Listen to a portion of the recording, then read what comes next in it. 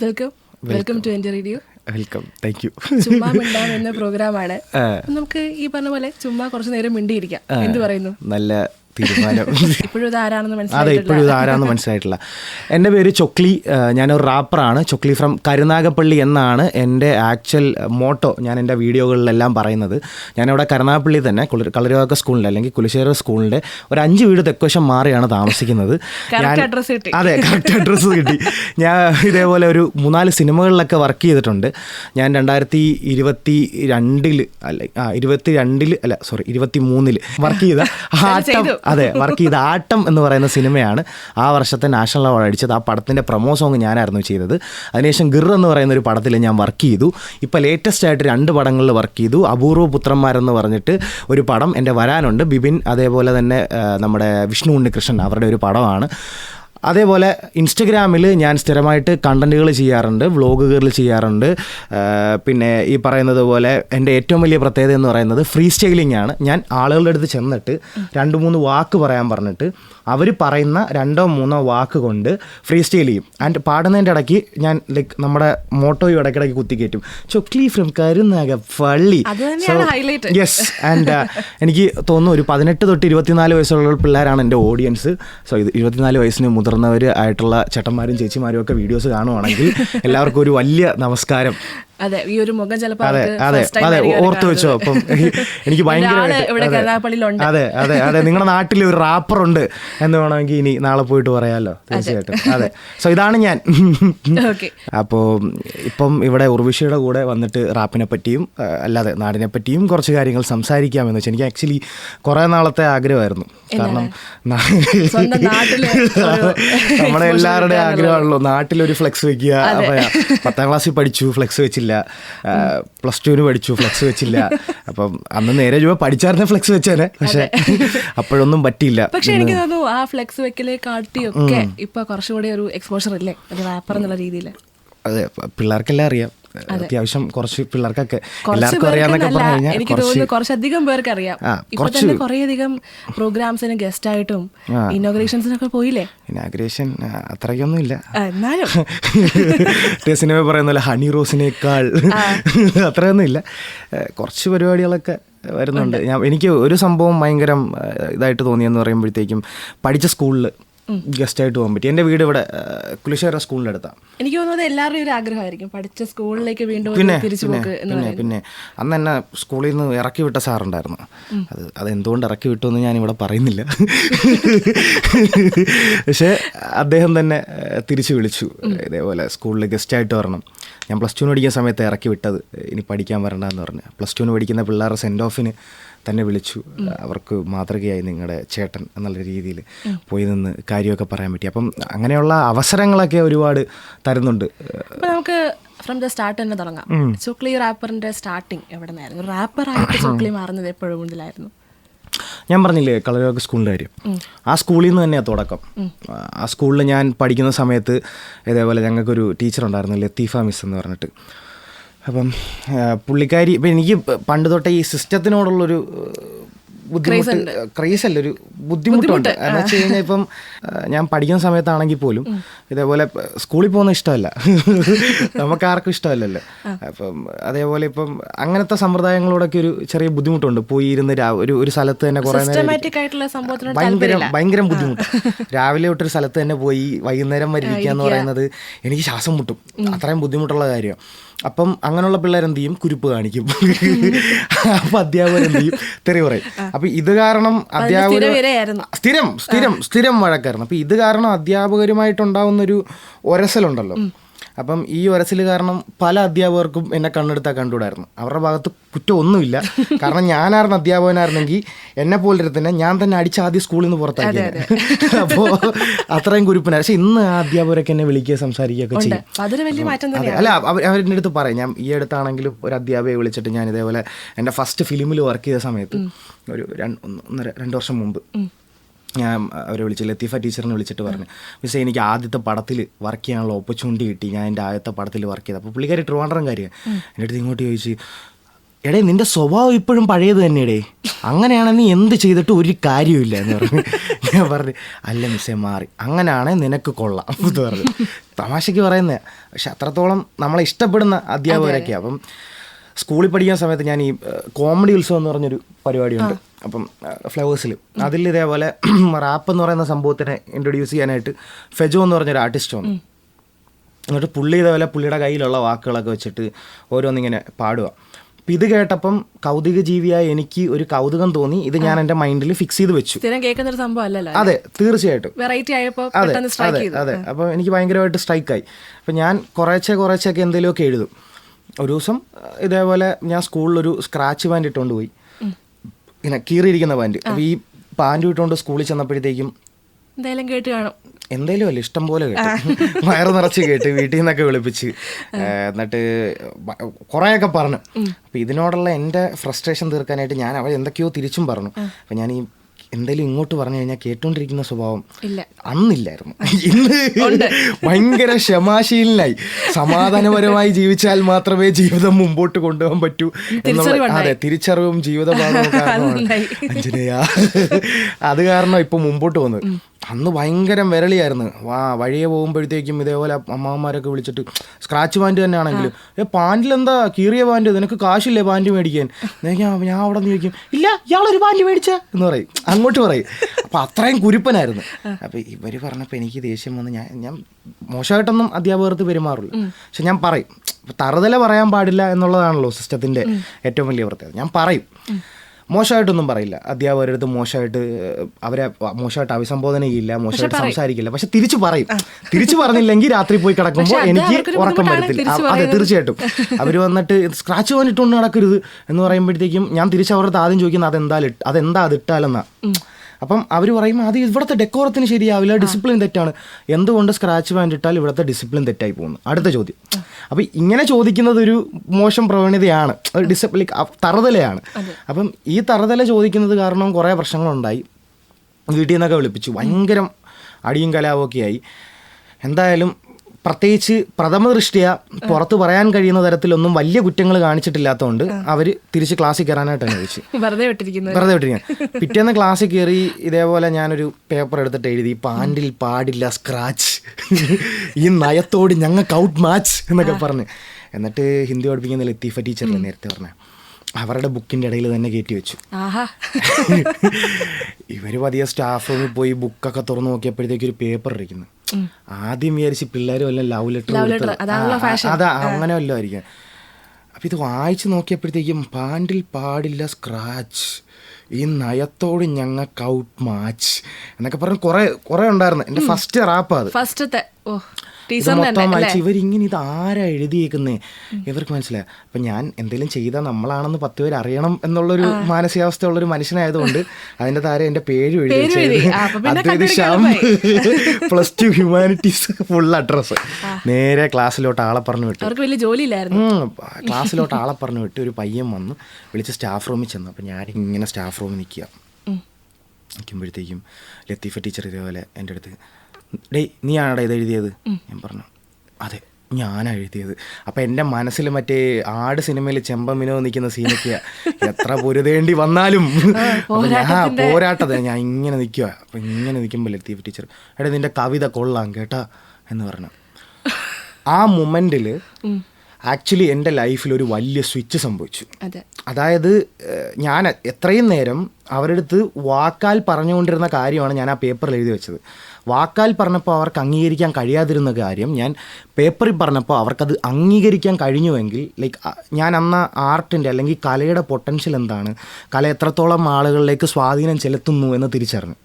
So അതിനുശേഷമാണ് ഞാൻ കുറേശ്ശെ എഴുതാനായിട്ട് തുടങ്ങുന്നത്. അതെ, ശരിക്കും എനിക്ക് തോന്നുന്നു നമ്മുടെ എല്ലാവരെയും ഒരേപോലെ ഇൻഫ്ലുവൻസ് ചെയ്യാനുള്ള ഒരു മീഡിയം കൂടിയാണ് ആർട്ട്, അല്ലെ? സിനിമ ആയാലും പാട്ടായാലും എനിക്ക് തോന്നുന്നു പാട്ടാണ് കുറച്ചും കൂടി നമുക്ക് എല്ലാവർക്കും ക്ലോസ് ടു ഹാർട്ടായിട്ട് നിൽക്കുന്നത്. അപ്പൊ അതുകൊണ്ട് തന്നെയാണോ റാപ്പിലൂടെ ഓരോ കാര്യങ്ങൾ പറയാമെന്ന് തീരുമാനിച്ചത്? അങ്ങനെയൊന്നുമില്ല. ബേസിക്കലി എല്ലാ മനുഷ്യനും ഫ്രസ്ട്രേഷൻസ് ഉണ്ട്. അപ്പം ഉർവശി ഇവിടെ രാവിലെ വരുന്നു, വൈകിട്ട് പോകുന്നു, ഇവിടെ കുറേ ടെൻഷൻ ഉണ്ടാകുന്നു, ഇവിടുത്തെ ജോലി സംബന്ധമായ കാര്യങ്ങൾ, ഇതെല്ലാം ഒഴിച്ചു തീർക്കാൻ വേണ്ടി ഉർവശി എന്തെങ്കിലും ഒരു കലാപരമായോ കായികപരമായിട്ടോ ഒരു കാര്യത്തിൽ പങ്കെടുക്കുക എന്നുള്ളത് വളരെ നിർബന്ധമായിട്ടുള്ളൊരു കാര്യമാണ്. ഏതൊരു മനുഷ്യനും അയാളുടെ ജീവിതത്തിൽ നടക്കുന്ന എല്ലാ ഫ്രസ്ട്രേഷനും തീർക്കാനായിട്ട് എന്തെങ്കിലും തരത്തിലുള്ള എക്സോസ്റ്റ് വേണം. ഇപ്പം എന്നെ സംബന്ധിച്ചിടത്തോളം എൻ്റെ എക്സോസ്റ്റ് റാപ്പായിരുന്നു. ചില ആളുകൾക്ക് കുക്കിംഗ് ആണ്, ചില ആളുകൾക്ക് സ്പോർട്സ് ആണ്, ചില ആളുകൾക്ക് ക്രിക്കറ്റ് ആണ്, ചില ആളുകൾക്ക് സ്വിമ്മിങ് ആണ്. ചില ആളുകൾ ഇതെല്ലാം പിടിച്ചു വെച്ചിട്ട് പുറത്ത് ഈ പ്രശ്നങ്ങൾ ഉണ്ടാക്കും. അവരെയാണ് പിന്നെ ലൈക്ക് പ്രോബ്ലംസ് ആയി മാറുന്നത്. അപ്പം ലൈക്ക് എനിക്കൊരു എക്സോഷൻ മാത്രമായിരുന്നു ഫസ്റ്റ് സ്റ്റേജിൽ റാപ്പ്. പിന്നീട് ആ എക്സോഷൻ എൻ്റെ എക്സ്പ്രഷനായി മാറി. അതാണ് സംഭവം. അങ്ങനെയാണ് ചുക്ലി റാപ്പർ എന്നൊരു ബ്രാൻഡിലേക്ക് എത്തുന്നത്. ബ്രാൻഡ് എന്നൊന്നും പറയാനായില്ല, ബ്രാൻഡ് ഒന്നും പറയാനില്ല. ബ്രാൻഡ് ആവുന്നു, ഇൻ മേക്കിംഗ്. ഹോപ്പ്ഫുള്ളി എന്തെങ്കിലും ഒരു പാട്ട് ഉടനെ തന്നെ എൻ്റെ ഹിറ്റ് ആവുമ്പോൾ ഞാൻ ഇവിടെ വന്നിരുന്നിട്ട് പറയും ബ്രാൻഡായി. ബ്രാൻഡായിട്ടോ എന്ന് പറയാല്ലേ. അപ്പോൾ ഈ റാപ്പർ എന്നുള്ള രീതിയിൽ കുറച്ചും കൂടി ഫേമസ് ആയി തുടങ്ങി എന്ന് പറയാൻ പറ്റുന്ന സ്റ്റേജ് ഏതായിരിക്കും? ഇതിൽ കുറച്ച് പേര് കൂടുതലായി അറിഞ്ഞു തുടങ്ങി എന്ന് പറയാൻ പറ്റുന്നൊരു? നമ്മളെ എപ്പോഴും ആളുകൾ അറിഞ്ഞുകൊണ്ടിരിക്കും. ഇപ്പം ഈ ഇൻ്റർവ്യൂ ഇറങ്ങുന്ന സമയമാകുമ്പോൾ 10 പേര് കൂടുതൽ എന്നെ അറിയും. അപ്പം എന്നെ സംബന്ധിച്ചിടത്തോളം എൻ്റെ വീഡിയോസ് ആളുകൾ കണ്ടു തുടങ്ങിയ സമയത്ത് ഞാൻ 5000 വ്യൂസ് കോൺസെൻട്രേറ്റ് ചെയ്താൽ വീഡിയോസ് ചെയ്തുകൊണ്ടിരുന്നത്. എൻ്റെ വീഡിയോ 5000 പേര് കാണണം എന്നുള്ളതായിരുന്നു എൻ്റെ ലക്ഷ്യം. അന്ന് 1500 പേര് കഷ്ടിയേ കാണുള്ളൂ. 5000 പേര് കണ്ടു തുടങ്ങിയപ്പോൾ എനിക്കത് കുറച്ചുകൂടി കൂടി ഒരു 10000 പേര് കാണണമെന്നായി. 10000 പേര് കണ്ടു തുടങ്ങിയപ്പോൾ എനിക്കത് 50000 പേര് കാണണമെന്നായി. ഇപ്പം എൻ്റെ ഇടുന്ന എല്ലാ വീഡിയോയും 2 ലക്ഷത്തിന് മുകളിൽ ആളുകൾ കാണുന്നുണ്ട്. ഇപ്പം എൻ്റെ ആഗ്രഹം എനിക്ക് 1 മില്യൺ കയറണമെന്നാണ്. അപ്പം ആഗ്രഹങ്ങൾക്ക് നമുക്ക് നമുക്ക് ആഗ്രഹങ്ങൾക്ക് ബൗണ്ടറി ഇല്ല. നമുക്ക് എത്ര വേണമെങ്കിലും ആഗ്രഹിക്കാം. ഇപ്പം എനിക്ക് തോന്നുന്നു ലൈക്ക് ഒരു ബ്രേക്ക് ത്രൂ എന്ന് വേണമെങ്കിൽ നമുക്ക് ബ്രേക്ക് ത്രൂ എന്ന് വേണമെങ്കിൽ നമുക്ക് പറയാൻ കഴിയുന്നതെന്ന് പറയുമ്പം 2023-22 സമയത്ത് ഡേറ്റിൻ്റെ കാര്യത്തിലും ഭയങ്കര മോശമാണ്. കാരണം കണക്കെന്ന് പറയുന്നത് എനിക്ക് തീരെ സ്ഥിരതയില്ലാത്തൊരു സാധനമാണ്. അപ്പം എനിക്ക് ലൈക്ക് ഡേറ്റ് ഭയങ്കര പ്രശ്നമാണ്. അപ്പം 22 23 എനിക്ക് വ്യക്തമായിട്ട് ഓർമ്മയില്ല. പക്ഷെ ഒരു ഡിസംബർ സമയത്താണ്. ആ ടൈമിൽ ഞാൻ എന്ത് ചെയ്തെന്ന് വെച്ചാൽ ഫ്രീ സ്റ്റൈൽസ് തുടങ്ങി. ആളുകളുടെ അടുത്ത് പോയിട്ട് 3 വാക്ക് തരാൻ പറഞ്ഞിട്ട് അതുകൊണ്ട് പാട്ട് ചെയ്യാൻ തുടങ്ങി. സോ അത് ഭയങ്കര എന്താ പറയുക, ഭയങ്കര ഫാസിനേറ്റിംഗ് ആയിട്ടുള്ള ഒരു സാധനമായിട്ട് എല്ലാവർക്കും പറ്റുന്ന ഒരു കാര്യമല്ല. അതെ അല്ല, പ്രാക്ടീസ് ചെയ്താൽ എല്ലാവർക്കും ചെയ്യാൻ പറ്റും എന്നുള്ളതാ എൻ്റെ ഒരു സാധനം എന്ന് പറയുന്നത്. തീർച്ചയായിട്ടും ഉർവശിക്കും വേണമെങ്കിൽ ഇപ്പം ചെയ്യാന്നുള്ളൂ. ഫ്രീ സ്റ്റൈൽ ചെയ്യുന്നോ? ഞാൻ ബീറ്റ് ഇട്ടല്ലോ.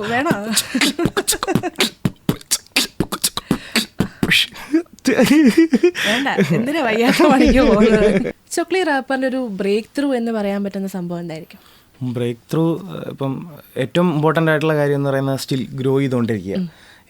ഇപ്പം ഞാൻ എന്തെങ്കിലും ഒരു മൊമെൻറ്റിനെ പറ്റി പറഞ്ഞിട്ട് ഇതായിരുന്നു എൻ്റെ ബ്രേക്ക് ത്രൂ എന്ന് പറഞ്ഞാലും I hope and I wish ഒരു 5 വർഷത്തിൽ ഇതിലും വലിയ ബ്രേക്ക് ത്രൂ എൻ്റെ ലൈഫിൽ വരട്ടെ. ഗ്രാജുവലി ആ ഫോളോവേഴ്സ് ഉണ്ടായത് ഒരു 5 വർഷം കൊണ്ടാണ് ഇന്ന് കാണുന്നത്. ഇപ്പം എനിക്ക് ഓൾമോസ്റ്റ് ഒരു 55,000 ഫോളോവേഴ്സ്, 55K ഫോളോവേഴ്സ് ഇൻസ്റ്റാഗ്രാമിൽ, അത്ര ഫോളോവേഴ്സ് ഇൻസ്റ്റാഗ്രാമിലുണ്ട്. അപ്പം ഇതിലൊരു വലിയ ഇമ്പ്രൂവ്മെൻറ്റ് വന്നതെന്ന് പറയുമ്പോഴത്തേക്കും ഒരു 2022 ഡിസംബർ ടൈമൊക്കെ ആയപ്പോൾ ഞാൻ ഫ്രീ സ്റ്റൈൽസ് കൂടുതൽ ഇൻസ്റ്റാഗ്രാമിൽ അപ്ലോഡ് ചെയ്യാൻ തുടങ്ങി. ആളുകളുടെ അടുത്ത് ചെന്നിട്ട് റാൻഡമായിട്ട് 3-4 പേര് കൂടിയിരിക്കുന്നിടത്ത് പൊതു സ്ഥലത്ത് ചെന്നിട്ട് 3 വാക്ക് പറയാൻ പറഞ്ഞിട്ട് അവർ പറയുന്ന 3 വാക്ക് കൊണ്ട് ഫ്രീ സ്റ്റൈൽ ചെയ്യാൻ തുടങ്ങി.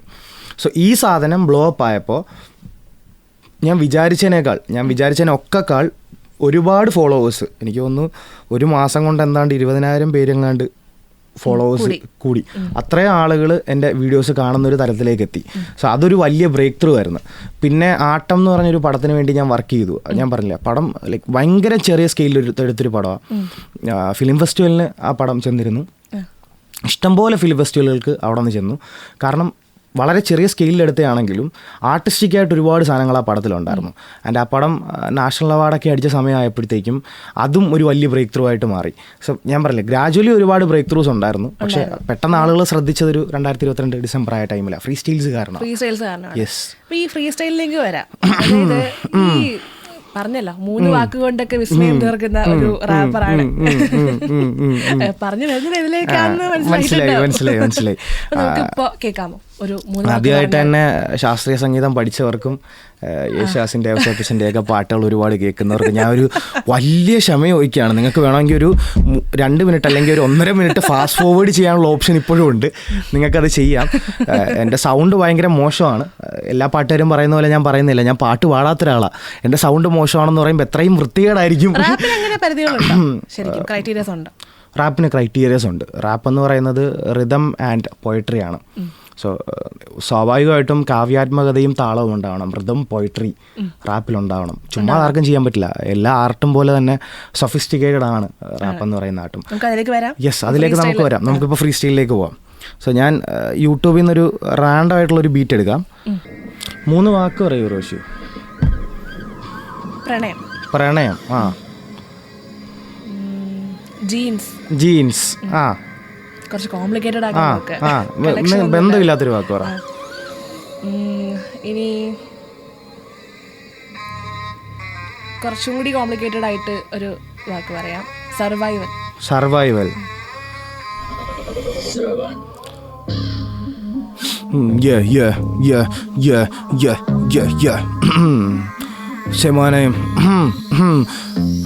ചൊക്ലി ഫ്രം കരുനാഗപ്പള്ളി. 1 2 3 വാക്ക് കൊണ്ട് ഞാൻ ഫ്രീ സ്റ്റൈൽ ചെയ്യാനെ കയറി. എൻ്റെ റേഡിയോ 91.3. ഞാൻ വീട്ടിലെത്ര കേട്ട് ഓർമ്മയതുകൊണ്ട് അപ്പൂപ്പൻ ടേൺ ഒന്ന് ചെയ്ത് കേട്ട പാടിയാനിയന് ഞാനോ ചില്ലിങ് ആണ്. ഉർവശിയുടെ പാട്ട് മോനെ എൻ്റെ പൊന്നുമക്കളെ പറഞ്ഞു വന്ന ഞാനോ പറയാം.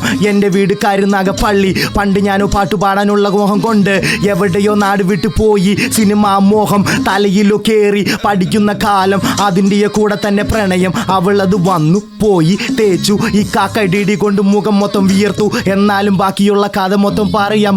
RJ ഉർവശി കാലത്ത് തന്നെ വിളിച്ചു.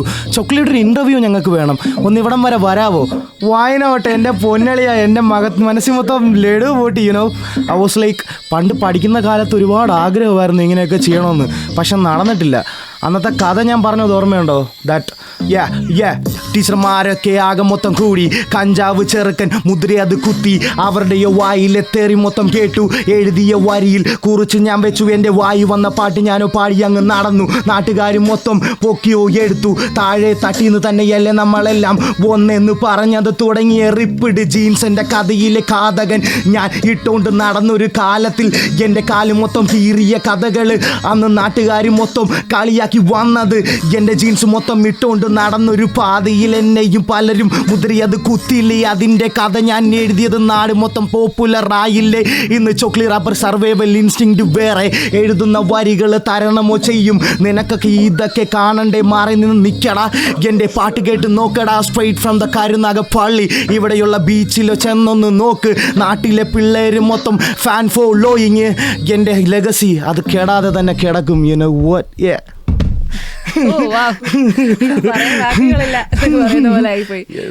എൻ്റെ സൗണ്ട് ഇച്ചിരി മോശമായതുകൊണ്ടാ. പക്ഷേ ഇതൊരു കഴിവ് തന്നെയാണ് കേട്ടോ. ഇപ്പൊ എത്രയും പെട്ടെന്ന് എങ്ങനെയാ ഇതൊക്കെ ഇങ്ങനെ മൈൻഡിലിട്ട് ഇങ്ങനെ ഉണ്ടാക്കിയെടുക്കുന്നത്? അങ്ങനെ ചോദിച്ചു കഴിഞ്ഞാൽ ഉണ്ടാക്കിയെടുക്കാൻ ഷോർട്ട് കീയോ സീക്രട്ട് എന്തെങ്കിലും അങ്ങനെ എന്തെങ്കിലും എല്ലാവർക്കും ചെയ്യാം എന്ന് പറഞ്ഞതുകൊണ്ട് ചോദിച്ചതാണ് കേട്ടോ. നെസസിറ്റിയിൽ നമ്മുടെ ഭയങ്കര സിമ്പിളായിട്ട് ഇത് ഞാൻ പറഞ്ഞു കൊടുക്കാൻ പലർക്കും ശ്രമിക്കാറുണ്ട്. നമ്മൾ ഡാൻസ് കളിക്കുന്ന പോലെ. തീർച്ചയായിട്ടും അത് ഡാൻസ് കളിക്കുന്ന പോലെ തന്നെയാണ്. നമുക്ക് ഒരു പാട്ട് കേൾക്കുമ്പോഴത്തേക്കും നമുക്കറിയാവുന്ന ഡാൻസൊക്കെ കളിക്കാനായിട്ടുള്ളൊരു ടെൻഡൻസി ഉണ്ടാവും. ജസ്റ്റ് കയ്യും കാലും ഇട്ട് അടിക്കാൻ തോന്നും. ചില ആളുകൾക്ക് കോംപ്ലിക്കേറ്റഡ് സ്റ്റെപ്സൊക്കെ അറിയാമെങ്കിൽ അവർ കോംപ്ലിക്കേറ്റഡ് സ്റ്റെപ്പൊക്കെ കളിക്കും. സോ സെയിം വൈസ് കൈയിട്ടടിക്കുന്നതിന് പകരം നാക്കിട്ടടിക്കുക. പണ്ട് തൊട്ടേ എന്നെ കൊണ്ട് കഴിയുന്ന ഒരു കാര്യം എന്ന് പറയുന്നത് ജീവിതത്തിൽ നാക്ക് ഉപകരിച്ചിടത്തോളം ഒരു സാധനം ഉപകരിച്ചിട്ടില്ല. അപ്പം നാക്കിട്ടടിക്കുക എന്നുള്ളത് ഞാൻ നേരത്തെ പറഞ്ഞ പോലെ സ്റ്റെപ്പ് കൂടുതൽ അറിയാമെന്നുണ്ടെങ്കിൽ കൂടുതൽ സ്റ്റെപ്പുകളിടാം. വാക്ക് കൂടുതൽ അറിയാമെന്നുണ്ടെങ്കിൽ കൂടുതൽ വാക്കുകളിടാം. അതിൻ്റെ കൂടെ റിതം മനസ്സിലാക്കുക എന്നുള്ളത് മാത്രമേ നമ്മൾ ചെയ്യാനായിട്ടുള്ളൂ. ആ റിതം മനസ്സിലാക്കുക, ഗ്രൂ വിത്ത് ഇറ്റ്.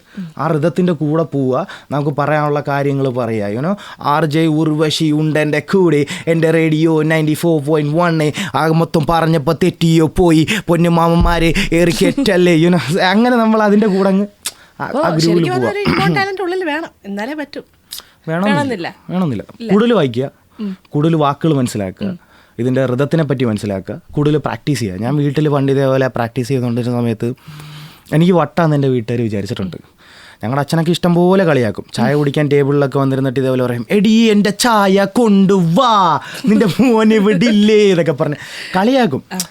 അപ്പം നമ്മളെന്ത് ചെയ്യുക, ഞാൻ പറഞ്ഞില്ലേ പേഷ്യൻസ് വലുതായപ്പോൾ കൂടി വന്നു എന്ന്. ആ ഒരു ടൈം എത്തിയപ്പോഴത്തേക്ക് ഞാൻ ഒന്നും തിരിച്ചു പറയാതായി.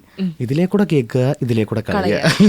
അപ്പൊ അതിലേക്ക് വരാം. വീട്ടിലെങ്ങനെയായിരുന്നു റാപ്പറിന്റെ ഉദയത്തെ വീട്ടുകാരെങ്ങനെയാണ് കണ്ടത്? സ്റ്റിൽ റാപ്പ് എന്താണെന്ന് മനസ്സിലാക്കാനായിട്ട് ഇപ്പോഴാണ് എനിക്ക് തോന്നുന്നു, ഇപ്പം കുറേ ആർട്ടിസ്റ്റുകളൊക്കെ വന്നപ്പോഴെല്ലാവരും റാപ്പ് എന്താണെന്ന് മനസ്സിലാക്കി. ഞാൻ കുറേ കാലം മുമ്പ് തുടങ്ങിയതാണ്. അപ്പം ഞാൻ റാപ്പറാണെന്ന് പറയുമ്പോൾ റാപ്പ് എന്താണെന്ന് ആളുകൾക്ക് പറഞ്ഞു കൊടുക്കേണ്ട ഒരു ആവശ്യകത എനിക്കുണ്ടായിരുന്നു. അപ്പം ലെറ്റ് അലോൺ ദാറ്റ് എൻ്റെ പേരൻസിന് ഞാൻ എന്താണ് ചെയ്യാൻ പോകുന്നത്, ഞാൻ എന്താണ് ചെയ്യുന്നത് എന്ന് പറഞ്ഞു കൊടുക്കുന്നതിൻ്റെ കൂടെ ഇതിൽ നിന്ന് നമുക്ക് ഒരു ജീവിതം ഉണ്ടാക്കാൻ കഴിയും, ഇത് ലൈക്ക് ഒരു പ്രൊഫഷനായിട്ട് ആളുകൾ ചെയ്യുന്ന കാര്യമാണ് എന്നൊക്കെ പറഞ്ഞ് മനസ്സിലാക്കുന്നത് നല്ല ബുദ്ധിമുട്ടായിരുന്നു.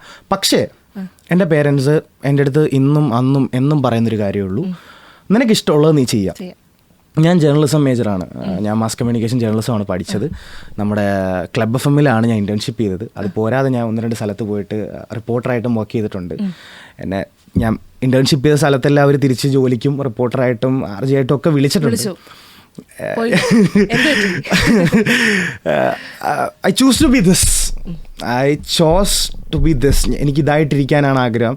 സോ എൻ്റെ വീട്ടുകാരാണെങ്കിലും എൻ്റെ അടുത്ത് പറഞ്ഞു, നിനക്കിഷ്ടമുള്ള എന്താണോ നിനക്കിഷ്ടമുള്ള ചെയ്യുക. എൻ്റെ അപ്പം വന്നിട്ട് ഇതേപോലെ ചായ കുടിക്കുന്ന ടേബിളിലിരുന്നിട്ട് എന്നെ കളിയാക്കിയിട്ടുണ്ടെങ്കിൽ പോലും എനിക്ക് അടുത്ത ദിവസം എന്തെങ്കിലും ഓരോ ഓപ്പർച്യൂണിറ്റി വന്നിട്ടൊരു ഓഡീഷനോ ഒരു പടത്തിൻ്റെ ഒരു വർക്കിനോ വേണ്ടിയിട്ട് എറണാകുളത്ത് പോകേണ്ടി വന്നാൽ പുള്ളിയുടെ പോക്കറ്റിൽ നിന്ന് 500 രൂപ എടുത്ത് തരും, നീ പോയിട്ട് വാ എന്ന് പറയും.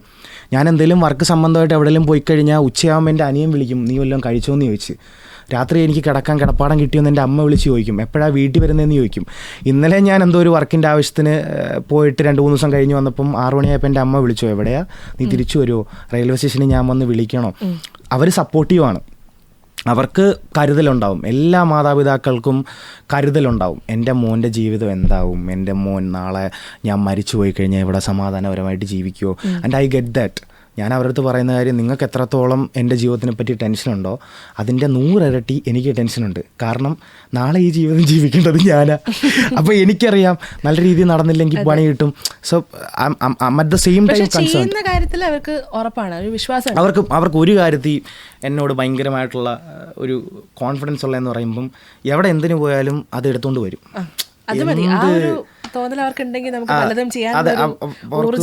അവർക്ക് ഭയങ്കര, അതായത് കലോത്സവത്തിനൊക്കെ എന്നെ ചെറുപ്പത്തിൽ കൊണ്ടുവരുന്നു, പ്രസംഗ മത്സരത്തിന്.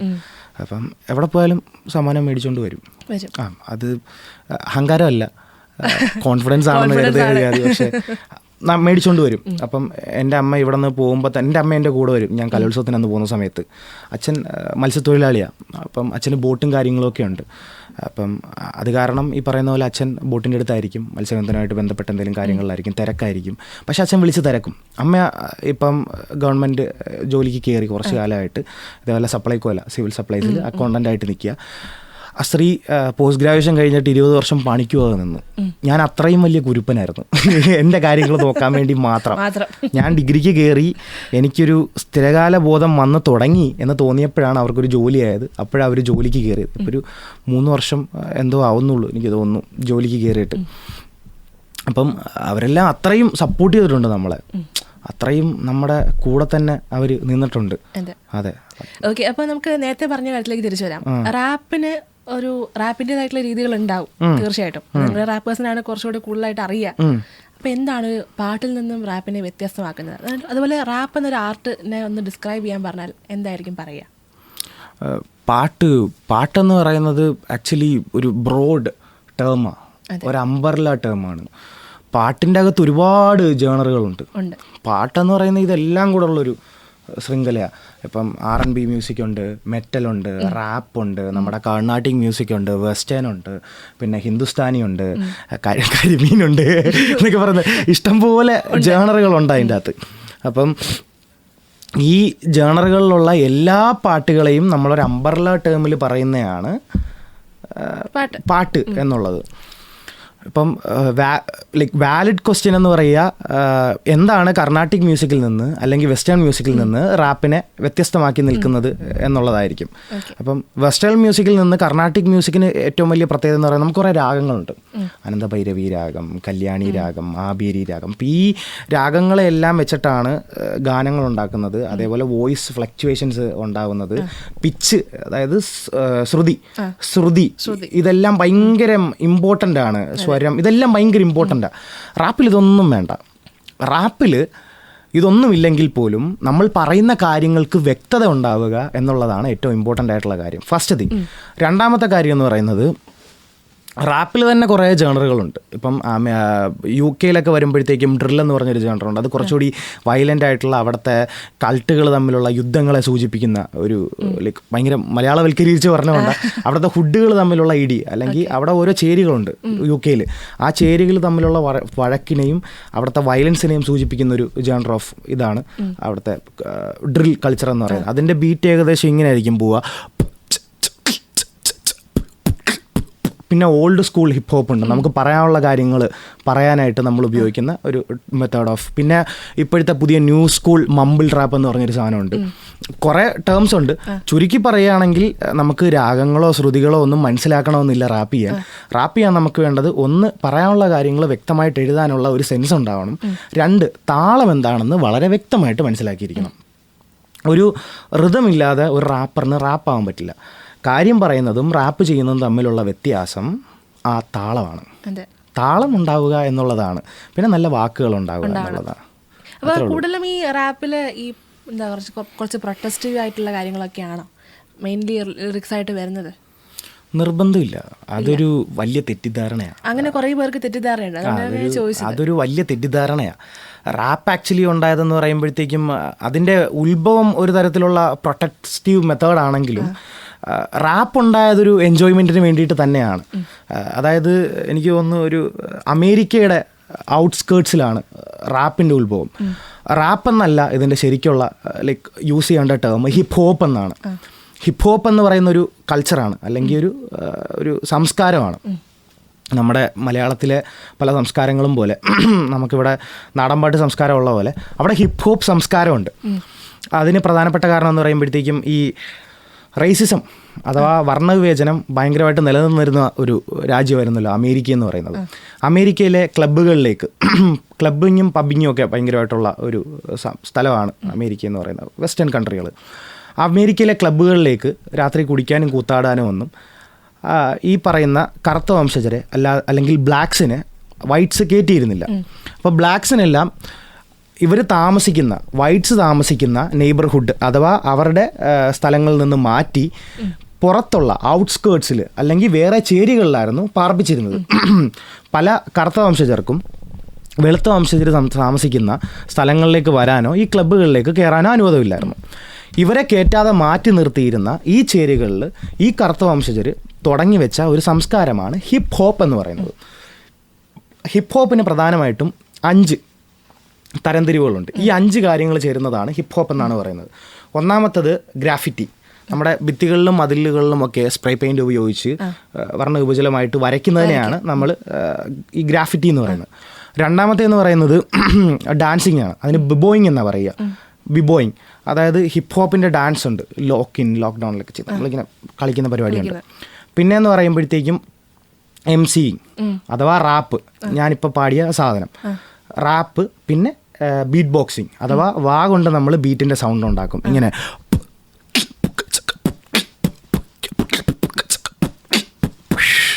ഒരു പറ്റം കറുത്ത വംശജർ ഈ ഔട്ട്സ്കേർട്സിൽ നിന്നിട്ട് വെളുത്ത വംശജർ മാറ്റി നിർത്തിയപ്പോൾ അവരുടെ തൊണ്ട കൊണ്ട് ഇത്തരത്തിലുള്ള ബീറ്റ് ബോക്സിങ്ങിൻ്റെ സൗണ്ടുകൾ ഉണ്ടാക്കി അവർ തന്നെ നിർമ്മിക്കുന്ന പാട്ടുകൾ പാടി അവരുടെ തന്നെ രീതിയിൽ ഡാൻസ് കളിച്ച് ഭിത്തികൾ ഗ്രാഫിറ്റികൾ വരച്ച് ലൈക്ക് ചെയ്തിരുന്ന ആ ഒരു സംസ്കാരത്തിനെയാണ് നമ്മൾ ഹിപ്പ് ഹോപ്പ് എന്ന് വിളിച്ചിരുന്നത്.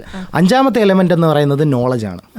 അതായത് ഈ കാര്യങ്ങളെല്ലാം പറ്റി മനസ്സിലാക്കുക, അതിനെപ്പറ്റി ലൈക്ക് ഒരു ധാരണയുണ്ടാകുക എന്നുള്ളതാണ് ഇതിൻ്റെ ഏറ്റവും വലിയ പ്രത്യേകത. ഇപ്പം നമ്മൾ കേരളത്തിലെ സംസ്കാരത്തിനെ പറ്റി മനസ്സിലാക്കണമെങ്കിൽ കേരളത്തിലെ സംസ്കാരം എന്താണെന്നുള്ളൊരു ധാരണ നമുക്കുണ്ടാവണമല്ലോ. അതേപോലെ ഹിപ്പ് ഹോപ്പ് സംസ്കാരത്തിനെ മനസ്സിലാക്കുന്നതാണ് 5ാമത്തെ ഏറ്റവും പ്രധാനപ്പെട്ട കാര്യം എന്ന് പറയുന്നത്. അപ്പോൾ ഇതാണ് ഹിപ്പ് ഹോപ്പിൻ്റെ ഉത്ഭവം എന്ന് പറയുന്നത്.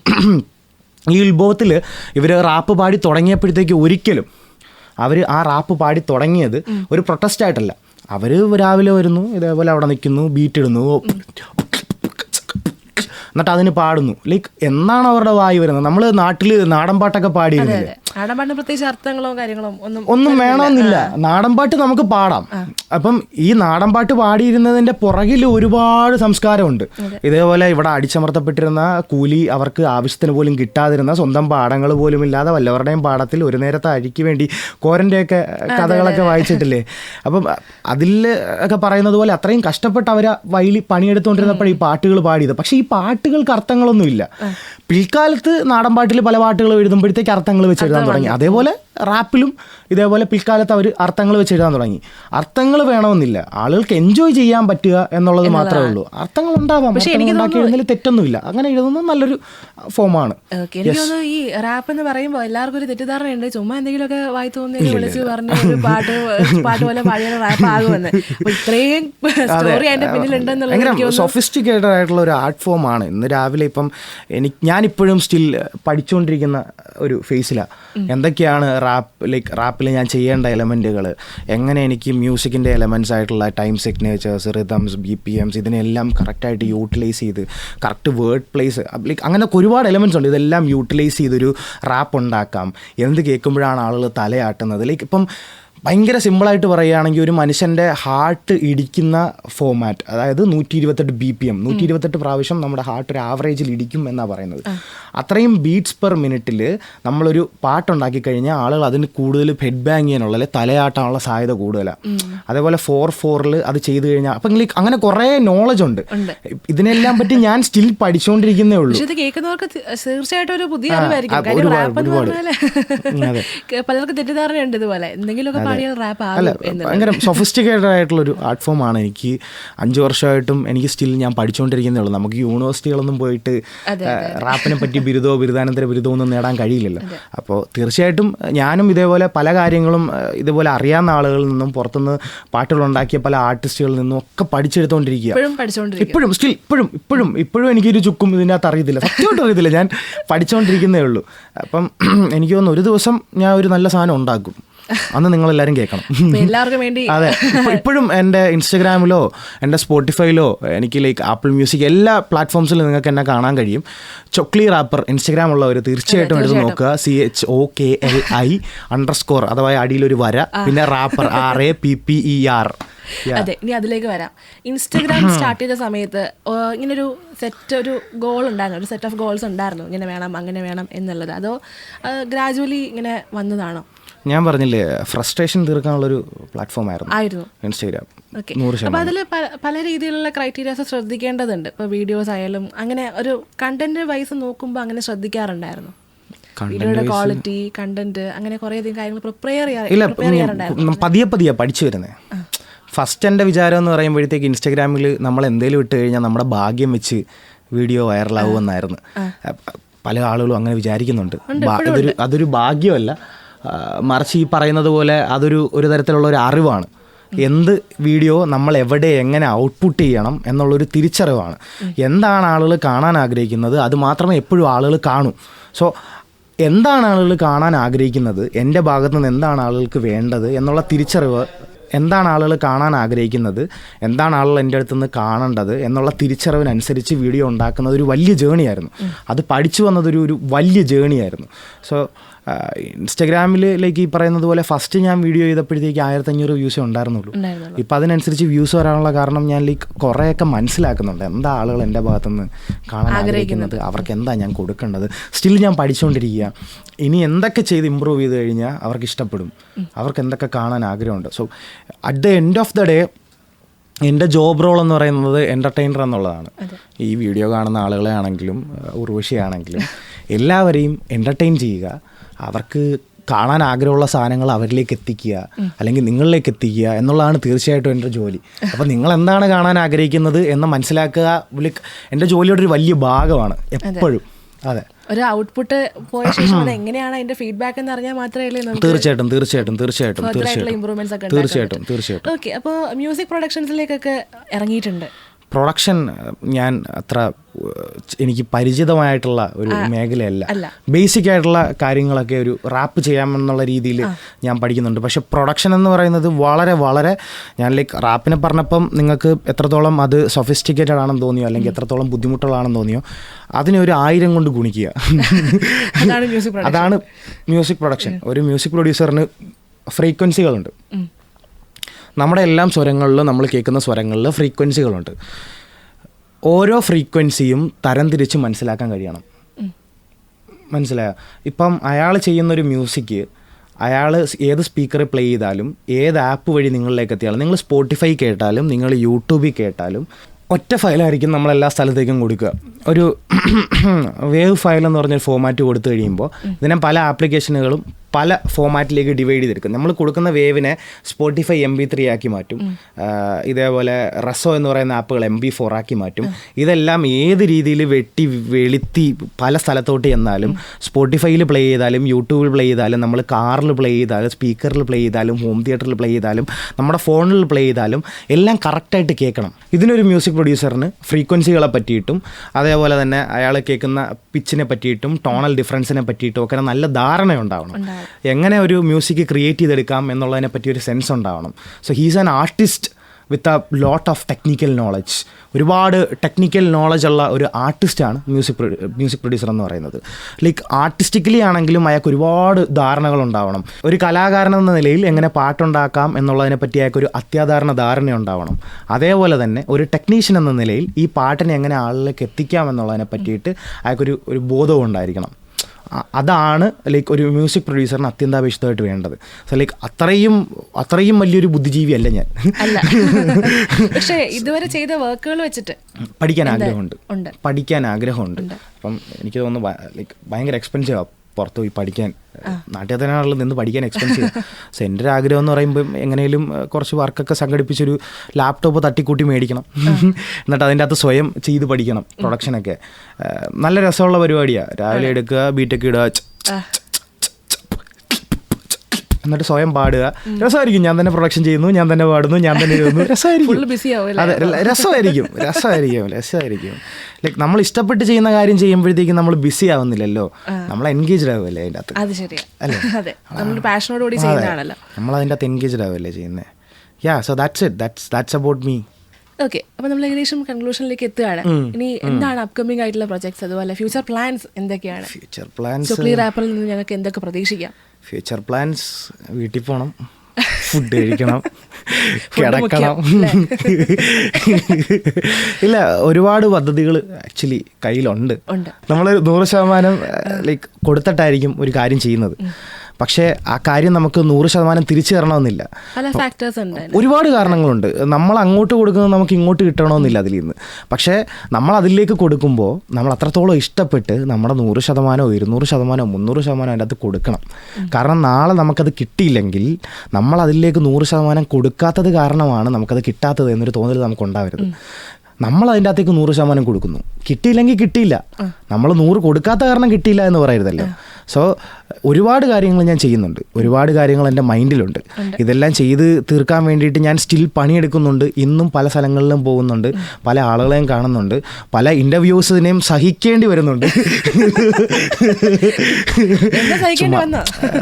നല്ല ഇൻ്റർവ്യൂവറാണ് എനിക്ക് തോന്നുന്നത്. കരുനാഗപ്പള്ളിക്കാർക്കൊക്കെ ഒരുപാട് സന്തോഷവും ബഹുമാനവും ഒക്കെ ഉണ്ട് ഇത്രയും നല്ലൊരു ഇൻ്റർവ്യൂവറിനെ എൻ്റെ റേഡിയോയിൽ കിട്ടിയതിൽ. ചുമ്മാ പറഞ്ഞ കേട്ടോ, അല്ല അതല്ല, ആദ്യം പറഞ്ഞ ചുമ്മാ പറഞ്ഞ സഹിക്കേണ്ടി വരുമെന്നൊക്കെ. നല്ല ഇൻ്റർവ്യൂ ആയിരുന്നു റോഷിയുടെ. അപ്പം ഒരുപാട് കാര്യങ്ങൾ നമ്മൾ ചെയ്യുന്നുണ്ട്, ഒരുപാട് അങ്ങോട്ട് കൊടുക്കുന്നുണ്ട്. അപ്പം ഇതെല്ലാം ഐ ഹോപ്പ് വൺ ഡേ തിരിച്ചു വരും. പണ്ടാരാണ്ട് പറഞ്ഞതുപോലെ എലൺ മസ്കിന് 12 വർഷം എടുത്തു പുള്ളിയുടെ ഒരു ചെയ്തെടുക്കാൻ വേണ്ടി. ഇപ്പം മാർക്കോ എന്ന് പറയുന്നൊരു നല്ല ബ്രേക്ക് ത്രൂ കിട്ടാൻ വേണ്ടിയിട്ട് ഉണ്ണി മുകുന്ദൻ അയാളുടെ ഹോൾ കരിയർ വേണ്ടി വന്നു. ഇപ്പം പല ഡയറക്ടേഴ്സും അവരുടെ 36-ാമത്തെയും 37-ാമത്തെയും വയസ്സിലാണ് അവരുടെ ബെസ്റ്റ് അവരുടെ ഫിലിം അവർ ഔട്ട്പുട്ട് ചെയ്തെടുക്കുന്നത്. ചില ആളുകൾ ഈ പറയുന്നത് പോലെ അവരുടെ നേരത്തെ ചെയ്യും. പക്ഷേ എന്തു തന്നെയാണെങ്കിലും നമുക്കത് കിട്ടുന്നത് വരെ നമ്മൾ പണിയെടുത്തുകൊണ്ടിരിക്കുക എന്നുള്ളതാണ് ഞാൻ എപ്പോഴും എല്ലായിടത്തും പറയുന്നൊരു കാര്യമാണ്. നിങ്ങൾക്ക് ആത്മാർത്ഥമായിട്ട് എന്തെങ്കിലും ഒരു സാധനം ഇഷ്ടമാണെങ്കിൽ അതിൻ്റെ പുറകെ പോവുക, അത് ചെയ്യുക. എന്നെങ്കിലും ഒരു ദിവസം എന്നെങ്കിലും ഒരു ദിവസം നിങ്ങൾ പ്രതീക്ഷിക്കാതിരിക്കുമ്പോൾ നിങ്ങൾക്ക് അതിനുള്ള ബലം കിട്ടിയിരിക്കും, ഉറപ്പായിട്ടും കിട്ടും. വർക്ക് ചെയ്തുകൊണ്ടേയിരിക്കുക, എന്നെങ്കിലും ഒരു ദിവസം അത് കിട്ടും. നിങ്ങൾ വഴി നിൽക്കുന്നൊരു പെൺകുട്ടിയുടെ അടുത്ത് മോശം ഒരു അനലോജി ആവാം, പക്ഷെ സ്റ്റിൽ ആദ്യത്തെ ദിവസം പോയി ഹായ് പറഞ്ഞു, അവൾ മിണ്ടിയില്ല. രണ്ടാമത്തെ ദിവസം ഹായ് പറഞ്ഞു, മിണ്ടിയില്ല. മൂന്നാമത്തെ ദിവസം ഹായ് പറഞ്ഞു. നാലാമത്തെ ദിവസം അവൾ തെറി പറയാനെങ്കിലും നിങ്ങളെ നോക്കും. അതിൻ്റെ ഒരു രീതി അങ്ങനെയാണ്. സോ പണിയെടുത്തുകൊണ്ടിരിക്കുക, കഷ്ടപ്പെട്ടുകൊണ്ടിരിക്കുക. ഇഷ്ടമുള്ള കാര്യം കഷ്ടപ്പെട്ടാൽ മാത്രമേ നിങ്ങൾക്ക് കിട്ടത്തുള്ളൂ. കഷ്ടപ്പെടുക, അത്രേ ഉള്ളൂ. ഓക്കെ, അപ്പോൾ നമ്മുടെ ഇത്രയും നേരം നമ്മളോടൊപ്പം ടൈം സ്പെൻഡ് ചെയ്തതിന് ആദ്യം തന്നെ ഒരു വലിയ താങ്ക്സ്. ഓക്കെ, അപ്പോൾ ഫൈനലി നമ്മുടെ ഓഡിയൻസിനോട് എന്താണ് പറയാനുള്ളത്? ചോക്ലി റാപ്പർ ഫ്രം കരുനാഗപ്പള്ളിക്ക് എന്താണ് പറയാനുള്ളത്? എനിക്ക് ഇത്രയും വലിയൊരു വേദി ഒരുക്കി തന്ന എൻ്റെ റേഡിയോയ്ക്കും RJ ഉർവശിക്കും ഇതിൻ്റെ നടത്തിപ്പുകാർക്കും ഒക്കെ ഒരു വലിയ നന്ദി ആദ്യം തന്നെ പറയാം. അല്ലല്ല, കാര്യമായിട്ട് പറഞ്ഞേ ഒരു നന്ദി പറയാനുണ്ട്. എനിക്ക് തോന്നുന്നു ഈ പരിപാടി ഇറങ്ങി കഴിയുമ്പോഴത്തേക്കും എന്നെ അറിയാത്ത ഒരുപാട് ആളുകൾ എന്നെ അറിയും, ഒരുപാട് ആളുകൾ അറിയും. ഇപ്പം എൻ്റെ അപ്പൂപ്പൻ സ്ഥിരമായിട്ട് എൻ്റെ റേഡിയോ കാണുന്ന ഒരാളാണ്, കേൾക്കുന്ന ഒരാളാണ്. സോറി, പറഞ്ഞപ്പോൾ തെറ്റിപ്പോയതാ. എൻ്റെ റേഡിയോ കേൾക്കുന്ന ഒരാളാണ്. അപ്പോൾ റേഡിയോ കണ്ടുകൊണ്ടാണല്ലോ കേൾക്കുന്നത്. റേഡിയോയിലോട്ട് നോക്കാതെ റേഡിയോ കേൾക്കാൻ പറ്റത്തില്ലല്ലോ. പുള്ളി റേഡിയോ മുമ്പ് വെച്ചിട്ട് കണ്ണടയ്ക്കാറില്ലല്ലോ. അപ്പം ഞാനും ചേച്ചി ഒന്നേ അതെ സമാസമ എൻ്റെ റേഡിയോ കേൾക്കുന്ന ഒരാളാണ്. അപ്പം പുള്ളി അവിടെ ജംഗ്ഷനിൽ പുള്ളിയുടെ ഹോമീസൊക്കെ ഉണ്ട്. അവരുമായിട്ട് വൈകിട്ട് ചില്ല് ചെയ്യാൻ പോകുമ്പോൾ പുള്ളി മിക്കവാറും നാളെ പറയാം, എൻ്റെ മോൻ്റെ പരിപാടി വന്ന് എൻ്റെ റേഡിയോയിൽ. പുള്ളിയും ഫ്ലെക്സ് ചെയ്യും അവിടെ പോയി. അപ്പം അതെ, അപ്പോൾ എൻ്റെ ഭാഗത്തുനിന്നും അപ്പൂപ്പൻ്റെ ഭാഗത്തുനിന്നും ഒരു നന്ദി പറയുക. രണ്ടാമത്തെ കാര്യം, നിങ്ങൾ ഒരുപാട് പേര് ഇപ്പം എന്നെക്കുറിച്ച് അറിഞ്ഞിട്ടുണ്ടെങ്കിൽ എനിക്ക് തോന്നുന്നു കരുനാഗപ്പള്ളിയിലെ ആദ്യത്തെ ഒഫീഷ്യൽ റാപ്പറാണ് ഞാൻ എന്ന് പറയുന്നതിൽ തെറ്റുണ്ടാവില്ല. കാരണം ഇപ്പോൾ കുറേ റാപ്പേഴ്സൊക്കെ വരുന്നെങ്കിലും കുറച്ചാൾ മുമ്പ് പരിപാടി തുടങ്ങി ഈ നാട്ടിൽ ഇങ്ങനൊരു സാധനം ആദ്യമായിട്ട് ചെയ്ത ഒരാളാണ് ഞാൻ. അപ്പോൾ നിങ്ങളെന്നെ ഒന്ന് ഫോളോ ചെയ്യുക. എൻ്റെ നാട്ടിൽ നിന്ന് തന്നെ കുറച്ച് പേര് അറിയുന്നു, ഫോളോ ചെയ്യുന്നു എന്ന് പറയുന്നത് എനിക്ക് ഒരുപാട് സന്തോഷമുള്ള കാര്യമാണ്. കാരണം ഞാൻ പുറത്ത് പോകുമ്പോഴാണെങ്കിലും പറയും, ഞാൻ ഇപ്പം എറണാകുളത്ത് നിൽക്കുമ്പോഴോ അല്ലെങ്കിൽ പുറത്ത് നിൽക്കുമ്പോൾ ഞാൻ കരുനാഗപ്പള്ളിയുള്ളതാന്ന് പറഞ്ഞ് ഒരുപാട് ആളുകൾ വന്ന് അപ്രോച്ച് ചെയ്യാറുണ്ട്. എനിക്ക് ഭയങ്കര സന്തോഷമുള്ള കാര്യമാണ്. നമ്മുടെ നാട്ടിലുള്ള ആളുകൾ നമ്മളെ തിരിച്ചറിയുന്നു, അവർ നമ്മുടെ അടുത്ത് വന്ന് സംസാരിക്കുന്നു. അപ്പം എനിക്ക് ഒരുപാട് നന്ദി പറയാനുണ്ട് ഈ നാടിനോടും ഈ നാട്ടുകാരോടും ഒക്കെ. സോ ഈ വീഡിയോ നാട്ടുകാരോടും നാടിനോടും എൻ്റെ റേഡിയോയോടും ഉർവശിയോടും എല്ലാം ഒരു നന്ദി പറയാനുള്ള വേദിയായിട്ട് ഞാൻ യൂസ് ചെയ്യുകയാണ്. And also promotional part Chokli റാപ്പറിനെ ഫോളോ ചെയ്യുക ഇൻസ്റ്റാഗ്രാമിൽ. അതെ, ഒരുപാട് പരിപാടി വരുന്നുണ്ട്. ഞാനിപ്പം 5 രൂപ ചിലവില്ലാതെ എങ്ങനെ 30 ദിവസം കൊണ്ട് നമുക്കൊരു പാട്ട് ചെയ്യാം എന്നുള്ളൊരു പരിപാടി ചെയ്യുന്നുണ്ട്. അതിപ്പോൾ 65 ദിവസമായി, പാട്ടായിട്ടില്ല. പക്ഷേ ആ പാട്ട് ചെയ്തു. അതിൻ്റെ മ്യൂസിക് പ്രൊഡ്യൂസറിൻ്റെ കല്യാണമായിരുന്നു, പുള്ളിയുടെ ഹണിമൂൺ ഫേസായി ഇപ്പം. അപ്പം ഞാൻ വിളിച്ചിട്ട് പാട്ട് വെച്ചിട്ട് പോടാ എന്ന് പറയും. അതുകൊണ്ട് ഞാൻ പിന്നെ പുള്ളിയെ വിളിച്ചില്ല. പക്ഷെ ആ പാട്ട് ഉടനെ വരും. ഫോളോ ചെയ്യുക ഇൻസ്റ്റാഗ്രാമിൽ CHOKLIRAPPER കേട്ടോ. ഇടയ്ക്കിടയ്ക്ക് ഇത് പറയണം, Chokli rapper CHOKLIRAPPER. So thank you so much. ഒരുപാട് നന്ദി എല്ലാവർക്കും. വണക്കം. ഓക്കെ, അപ്പോൾ താങ്ക് യു സോ മച്ച് ഇത്രയും നേരം നമ്മളോടൊപ്പം ടൈം സ്പെൻഡ് ചെയ്തത്. പിന്നെയും ഇടയ്ക്കൊക്കെ ഇതുപോലെ നമുക്ക് തീർച്ചയായിട്ടും. All the best for your upcoming projects. Thank you.